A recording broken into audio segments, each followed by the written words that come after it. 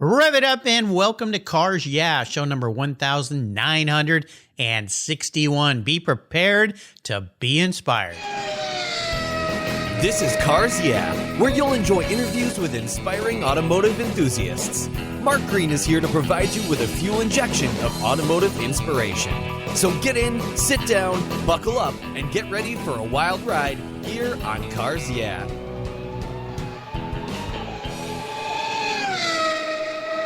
Hello, inspiring automotive enthusiasts, and welcome to Cars Yeah. Today I'm in Denver, North Carolina, with a very special guest by the name of Camrie Caruso. Camrie, welcome to Cars Yeah. Do you have it in gear, and are you ready to release the clutch? Hi, how are you? I'm doing great. Now, before I give you a proper introduction and we talk about the very fast world you live in, what's one little thing about you, Camrie, that maybe most people don't know? Well, being from New York, you would assume I like the cold, but I actually hate snow and the cold. Well, and now you're in North Carolina where you don't get too much of that, right? Yes, it's very nice. Yeah, exactly. I was just talking to somebody the other day about that, and I love looking at the snow and how, I know it was the director of America's Automotive Trust, Tabitha Hammer, and her family's from Vermont, and she was just there, and she was posting some beautiful pictures of the snow, and I was saying, it looked really good, but I don't really like the snow much either unless I'm skiing, so I think I'm right there with you, Camrie. I like to be where it's a little bit warmer. So we get what we call liquid snow here in the Pacific Northwest with all the rain we get, but sounds like you're in the right place. Well, let me give you a proper introduction, and we're going to dive into what is going to be a very exciting year for you coming up. Camrie Caruso is a 23-year-old third-generation drag racer who will become the second woman to contest a full season of NHRA Pro Stock racing, when she joins the NHRA Camping World Drag Racing Series in 2022. She's the daughter of pro mod racer Mark Caruso and will be driving the Caruso family racing Chevy Camaro powered by Titan racing engines. And her grandfather, Papa Joe, competed in Supergas, Top Sportsman, and Pro Mod. So there is definitely motor oil in her family legacy. She first got behind the wheel of a race car when she was just 8 years old to compete in the NHRA Junior Dragster League. She advanced to Top Alcohol Dragster, then to Elite Top Dragster and Pro Outlaw 632 on the PDRA circuit. Camrie also has earned her finance and marketing degrees from SUNY Empire State College. So we have a bright young woman on our hands today who is also very fast behind the wheel. We'll be back in just a minute to learn more from Camrie, but first a word from our sponsors. So give them a little love and we'll be right back. Buckle up.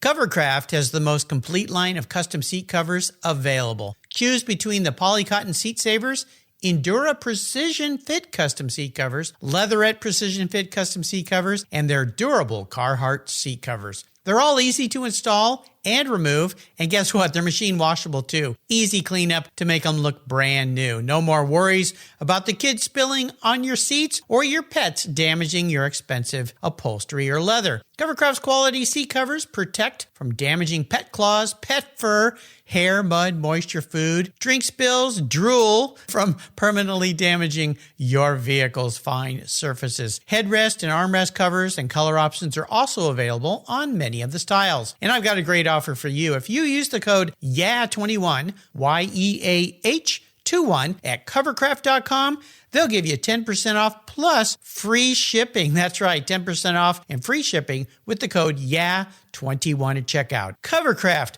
protecting the things that move you. Visit covercraft.com today. Last year, I changed my collector car coverage to American Collectors Insurance. That's who now protects my Porsche Turbo, the one I call my Orange Crush. But did you know they also insure your valuable collections of automobilia and other collectibles? If you're like me, you've invested in a lot of cool collectibles over the years. Those items are valuable. And if you were to lose them in a theft or a fire, well, try to get your normal homeowner's insurance to pay you what they're worth. Good luck with that. American Collectors Insurance provides you with assurance and confidence that your collectibles are fully covered. They insure a lot of items, including automobilia, wine, baseball cards, books, figurines, die-cast models, model trains, glassware, sports memorabilia, toys, and a whole lot more. American Collectors Insurance, they've been protecting us enthusiasts since 1976. They provide you with an agreed value insurance policy backed by a long history of taking care of their clients. Give them a call today for your personal agreed value quote at 866-ACI-YEAH. That's 866-224-9324. Tell them you're a friend of mine, Mark Rains here at Cars Yeah, American Collectors Insurance. Classic car insurance designed by collectors for collectors. Automotive enthusiasts just like you and me. That's American Collectors Insurance. So Camrie, we're back. So I'd love for you to walk me through this process of your career. Now, you grew up in a family of drag racers, so one would think, okay, that's probably what you're going to be doing. However, that's not always the case. So what inspired you to follow in your grandfather and father's footsteps and become a drag racer? Honestly, I've always loved it since I was younger.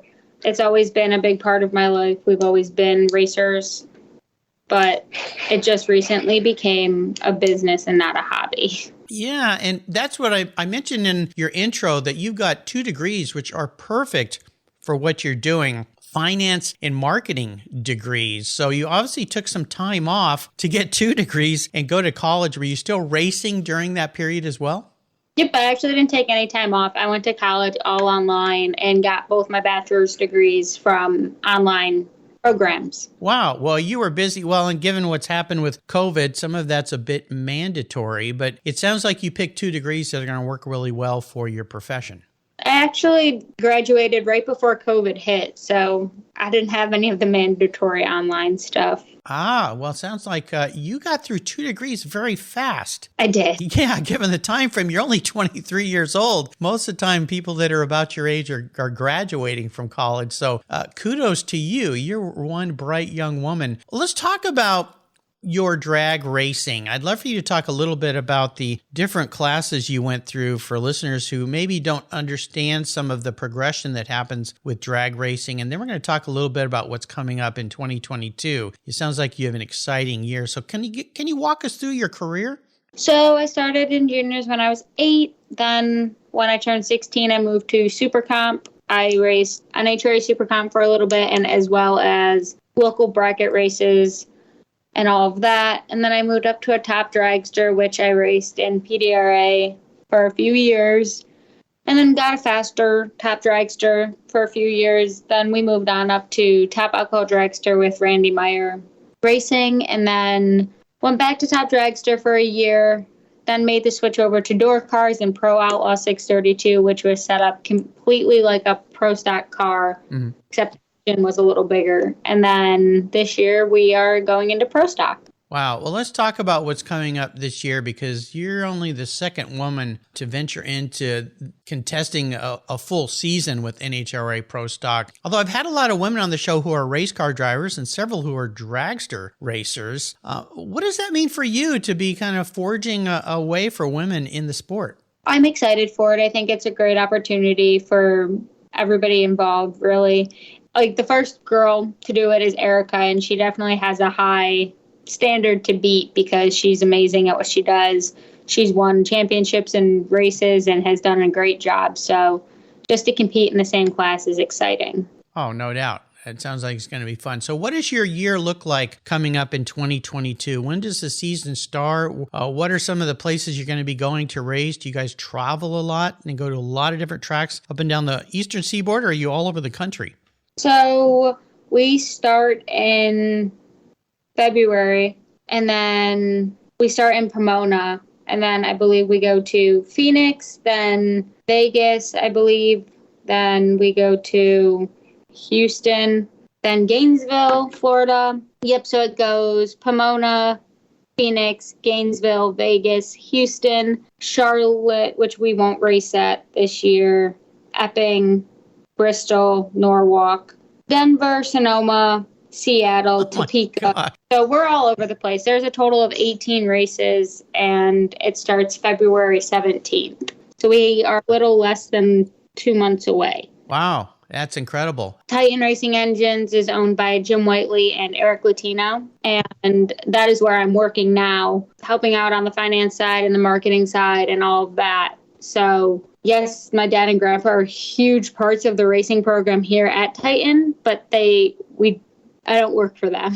You mentioned something there, working in the finance and marketing area. So in addition to your racing, are you also helping the team in those areas that are where you focused on your education? The race team is not my full-time job. I work for Wright Trailers as well, dealing with all of their sponsored drivers and racing trailers. And then Titan Racing Engines is my full-time job that I do the marketing and the financial stuff for. So it sounds like you're not busy at all, Camrie. Holy cow. Wow. I think staying busy is the best way. Yeah, absolutely. This is very cool.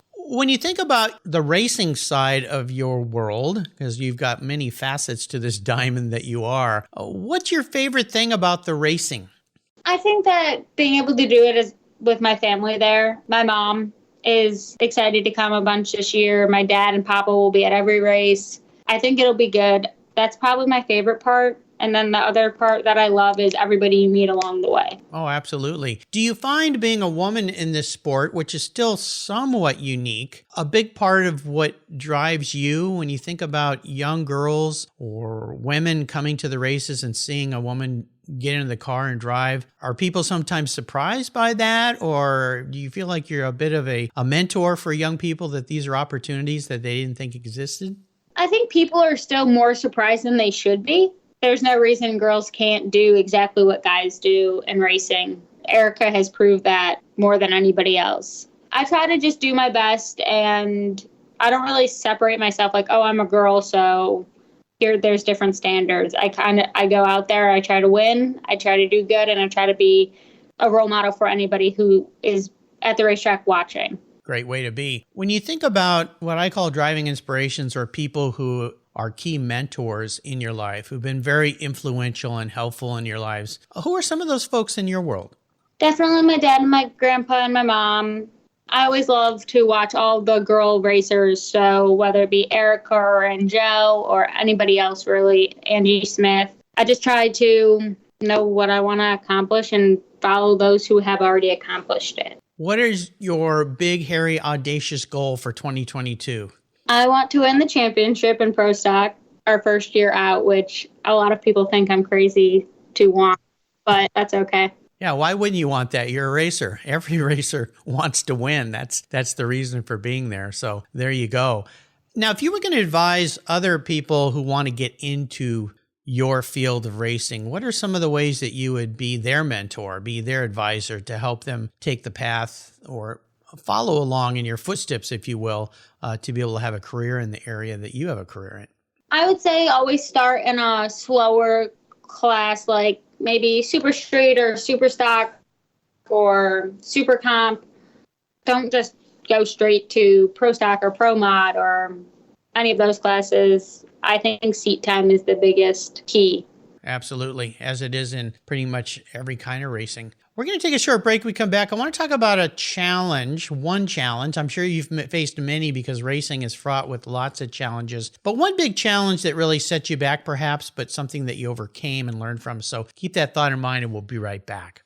Did you know that less than 3% of all automotive technicians in the United States are women? You may not be surprised, but you should be concerned because our country is facing a massive technician shortage right now. Skilled, qualified techs are in high demand, and we need young women and men to consider these careers as a viable path to a fulfilling life.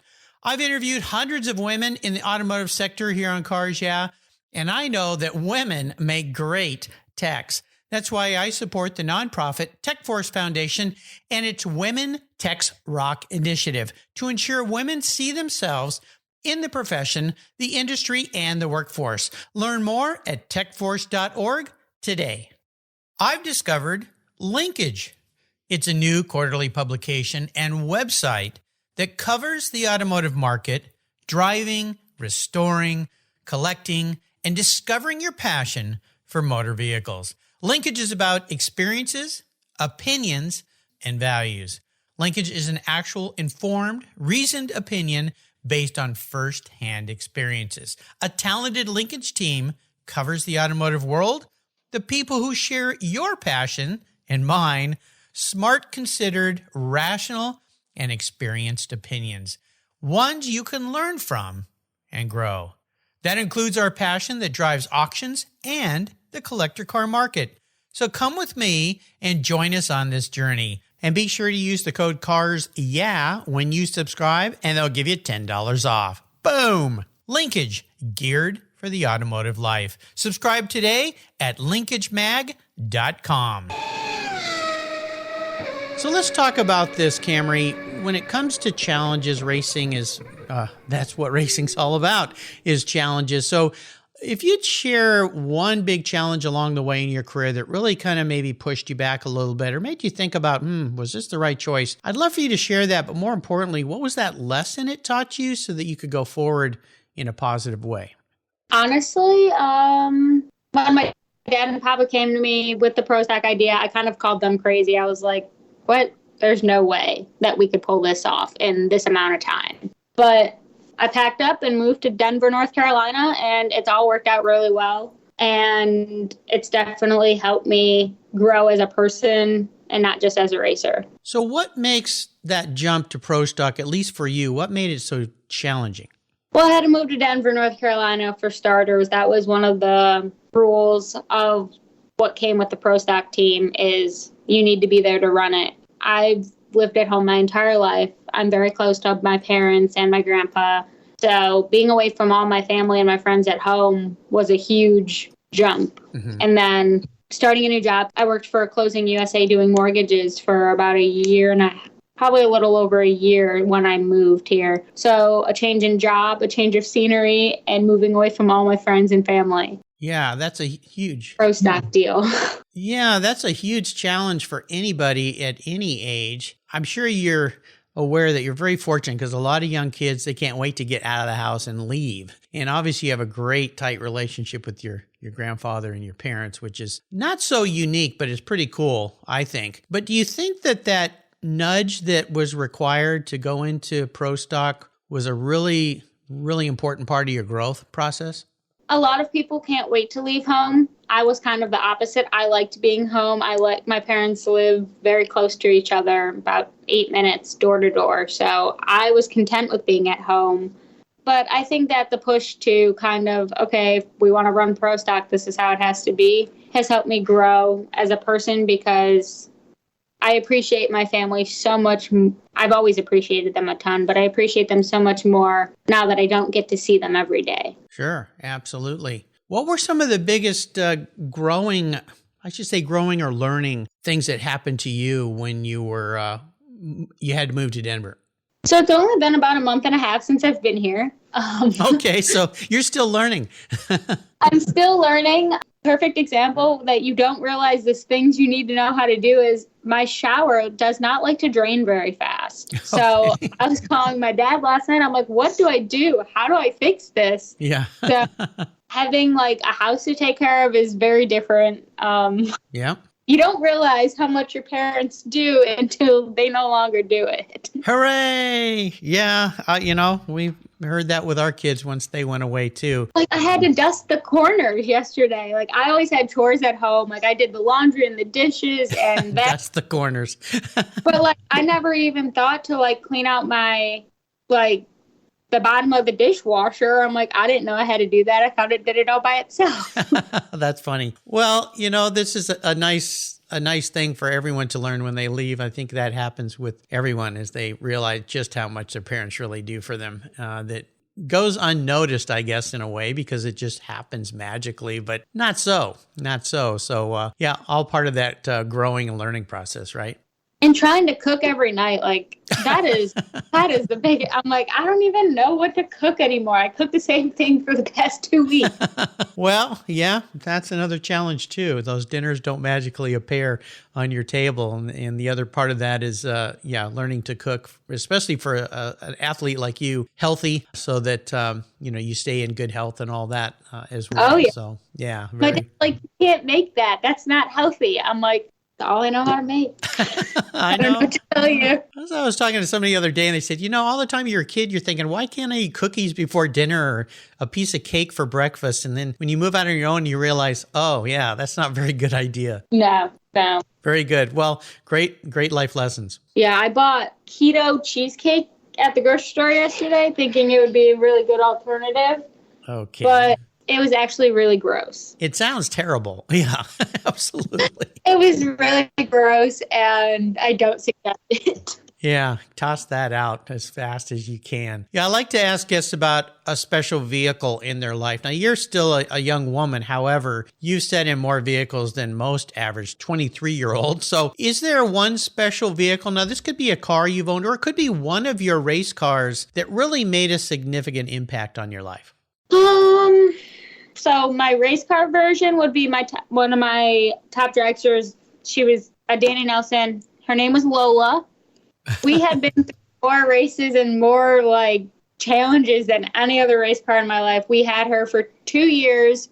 We sold her. Then I drove her for the new owners, and then we bought her back. Whoa. And then sold her again. That's what? Well, Lola spent a lot of time in your life. Yes. When we sold her the first time, I had no thought that I would drive her again. And then the new owners were like, so do you still want to drive? Wow. All right. So I drove for them, and then we bought her back.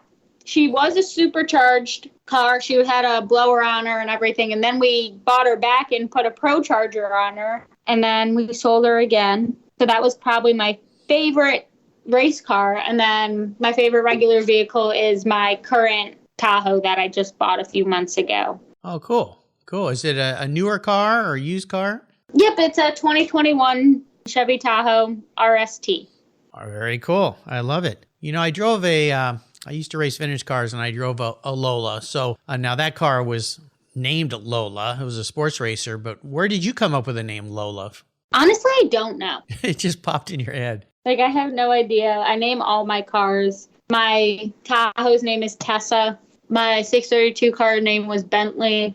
So I don't know. You know, I wonder if this is a male-female thing, because my son did name his car, so I don't think so. My daughter named all her cars. I've never named any of my cars, except for my current toy car, which I call my Orange Crush, but that's not really a name. It's a defining thing. I'm going to crawl into your head and be a bit of a car psychologist for you today. If you were manifest as a vehicle, what would Camrie be, but more importantly, why? See, this was the only question on your sheet that I did not have an answer to. Well, let me help you with this, because I'm your car psychologist today, okay? So this is about not what you want to be. This is about how you perceive the woman in the mirror, your idiosyncrasies, your personality, who you think you are as a vehicle. So, for instance, some of my guests have said, well, I'm a Ford F-150 truck because I just kind of get it done. Others maybe a little more sleek, a little more racy, a little more sporty. So how do you perceive yourself? I still don't have an answer that question at all. I just, my goals, I just find a way to do them and get them done and kind of just move on. I don't really know what that would be. Well, I got to say, you're the second person in 1,961 people that won't answer that question, and the other one was a woman. I have no clue, honestly. All right. Well, I'll let you get away with it, but just for the day. But I want you to think about that a little bit. It's kind of a unique question. Definitely nobody's probably ever asked you that one before. No. What are some ways you like to give back to others in the automotive industry or sector or racing? I don't know that it really is only to the automotive sector, but I like to always donate to things and round up. And my mom helps run a nonprofit thing for senior citizens at home where we get them Christmas gifts and everything for those who are a little less fortunate and don't have family around anymore. So I don't know that it just relates to the automotive sector, but I always like to do charity stuff. Very nice. How about a great book? Is there a book you've read you'd like to share? So I don't really read a whole lot, but there was this one book that I did like. It's called Girl Stop Apologizing. I know it sounds weird, but it's actually really good. I think that everybody should honestly read it, guys and girls, because it kind of teaches you that, validates that it's okay to have different dreams than others, but you don't need their approval. Okay, that makes sense. Yeah, that book's by Rachel Hollis, and it's been recognized. It's been suggested a couple times here on Cars. Yeah, you can also get a great audio version of that the author actually narrates the book, is the word I'm looking for, narrates the book as well. And I have not read it myself, but I think maybe I should give it a listen. I know my wife has and my daughter has. So I believe my son as well. He's the one that first told me about that book. So his wife had told him. So great book recommendation. So I'm going to take you or allow you to go on the ultimate drive today, Camrie. You get to pick a vehicle. You get to pick anybody in the world to be with or someone that maybe has passed. And you get to be going anywhere. What does the ultimate drive look like for you? Honestly, I'd probably go to Disney. I love Disney. I want to go to all of the Disney parks in the world. I've been to the Florida one, and this coming year, when we're out in California, I'm going to go to the Disneyland out there. What would we be driving?